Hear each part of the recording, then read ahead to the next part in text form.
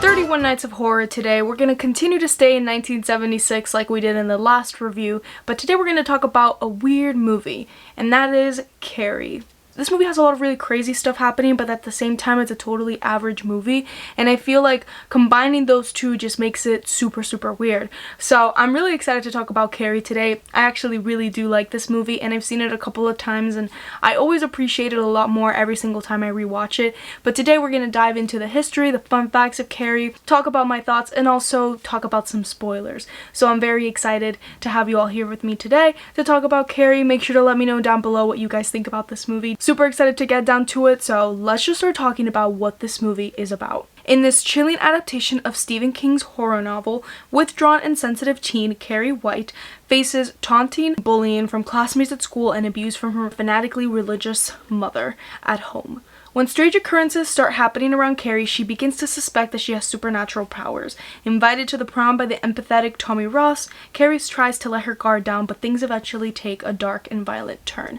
So, this movie came out November of 1976. This was another horror movie from that same year that was really critically acclaimed. People who watched it loved it, the critics loved it, everybody really had a great time with it, and it got a lot of money compared to its budget. It had only a $1.8 million budget, and it ended up grossing over $33 million. So that's a great turnaround for everybody working on the movie. It also received 2 nominations at the Academy Award, both in the actress category. It got Sissy Spacek a nomination for Best Actress, and it also got Piper Laurie, who plays Carrie's mother in the movie, a Best Supporting Actress nomination as well. And I think both of them were very well deserved, especially Sissy Spacek's performance. And something that I didn't know actually was that this movie is adapted from Stephen King. Well, that I knew. I probably should have worded that differently. But what I didn't know was that this was actually Stephen King's first published novel, which came out in 1974, and the director of this movie, and he was really the first one to be like, I want this story, I want to make this movie, and he made the movie. And you know, now to this day I feel like this story is really famous. Not only has it inspired a ton of horror movies to come, and a lot of tropes and a lot of themes and a lot of things that this movie did were revolutionary for the time, both in the book and the movie,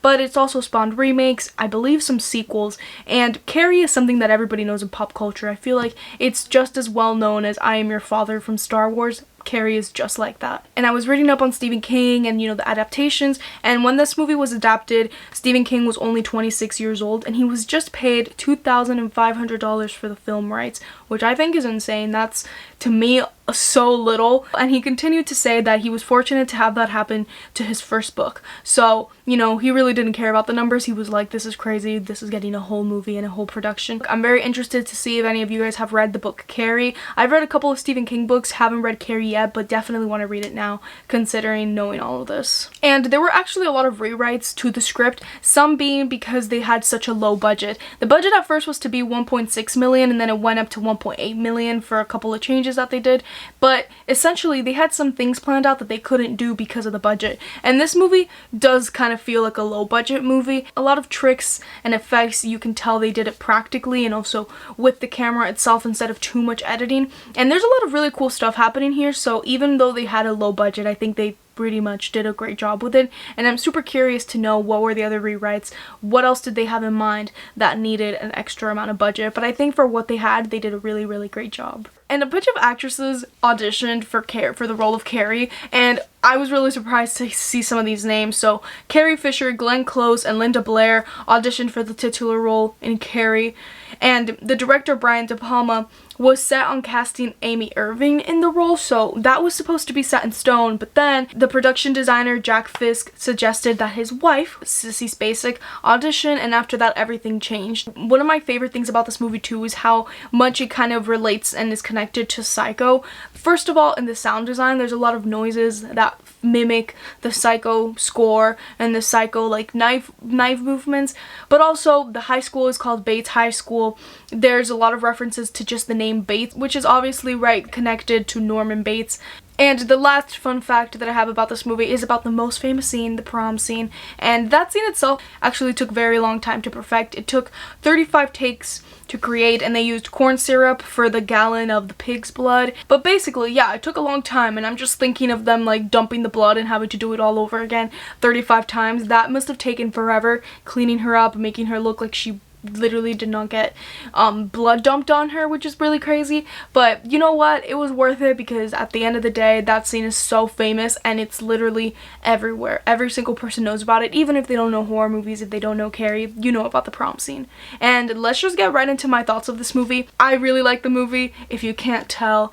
I think it's a very strange movie because it's almost like, yes, it's a horror movie, but it's also like a coming of age story in a way for Carrie. And a lot of times in this movie, you just like don't really know where it's going. This is a movie that I really wish I had been able to see without knowing how it was going to end, without knowing that she was going to get blood dumped on her and she was going to go crazy and, you know, use all of her powers, because that was something that initially watching it I already knew going in. But I think that must have been really surprising for audiences back in the 70s to just witness all of this, because the movie is so slow and it acts just like a high school movie. They're doing the really mean things to her, and it just like really works well at like slowing everything down and then amping it up at the last 30 minutes to go completely crazy. And although there were so many actresses who wanted to get the role of Carrie, I think the right choice was Sissy Spacek. She is so incredible because she's so subtle with her performance. She's perfect as like Carrie that we know the entire movie, the non-confident girl, the awkward girl, the girl who just doesn't really know anything, the girl who doesn't believe in herself, and then she really sells us as this like person who gains confidence at the very end of the movie. And even when she does that shift, it doesn't feel out of character for Carrie, if that makes sense, because the performance is so good that you can see Carrie doing all of this. You can see the growth from beginning to end. And there's a lot of subtle changes in her performance, also in the production, in just the way she was directed to do things, to tell us that she's being more confident. One of the most obvious ones, I think at least, or the ones that comes out the most to me, is the use of the mirror.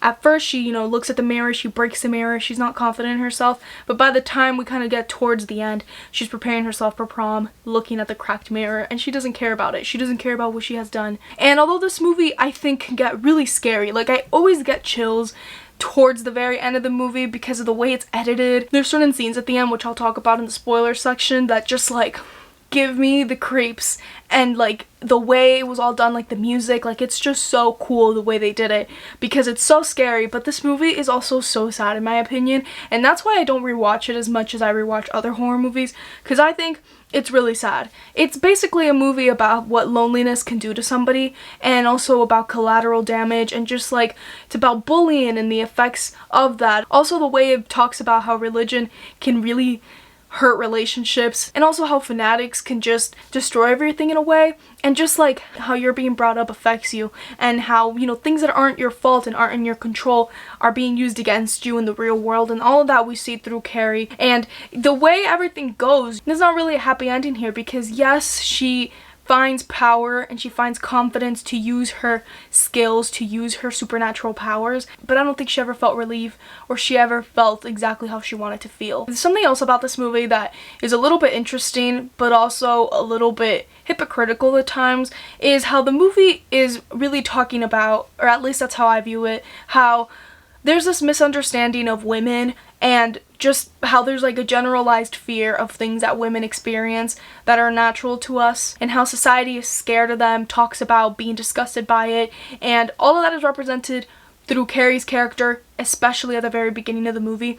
But at the same time, even though it's commenting on that, and in a way this movie is very female-centric, I would say, like there's definitely male characters in the movie, very annoying male characters, aka John Travolta. I think in a way this movie at times can be a little bit male-gazy, especially at the beginning of the movie, that locker room shower scene. I always think that's so weird to be included, and I feel like that scene just felt so out of touch in my opinion, because it's like I get what it's commenting on, and I like what it's talking about. It's just like laughable in my opinion at how much of a male gaze some of it is. I'm gonna just go straight into spoilers because I think there's a couple of things that I gotta talk about there. So the reference that I was making earlier in this review, the thing that gives me the creeps at the end, is the way Carrie kills her mother. It's so much symbolism, how it mimics the Jesus that was in the room that she always had to be in, that room that she had to pray and beg for forgiveness, and now her mother is in that same situation.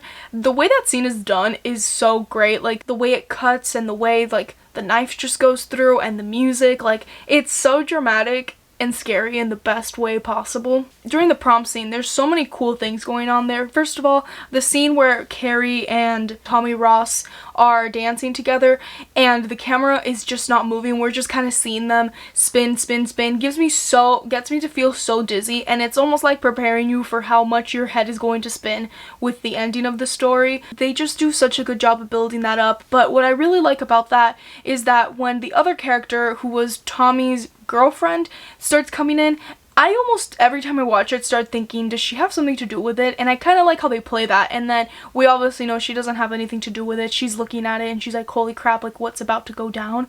And I also really like the decision to kill the teacher in the story, because the gym teacher, she's probably the only one to really help her genuinely and want her to be better, and Carrie White kills her. And we have that sequence where everybody's kind of laughing at her that she's making up in her own mind because of the responses that people have had to things related to her before. And in that, the teacher starts laughing, which I think was just in her imagination. I don't think it was actually happening in real life. And, you know, I just think it's a really great explanation and a really great portrayal of how much a person can take, and even the people that tried to help her the most won't be spared at that moment, because at this point she's just had enough. She's had enough. It's like the tip of the iceberg, you know what I mean?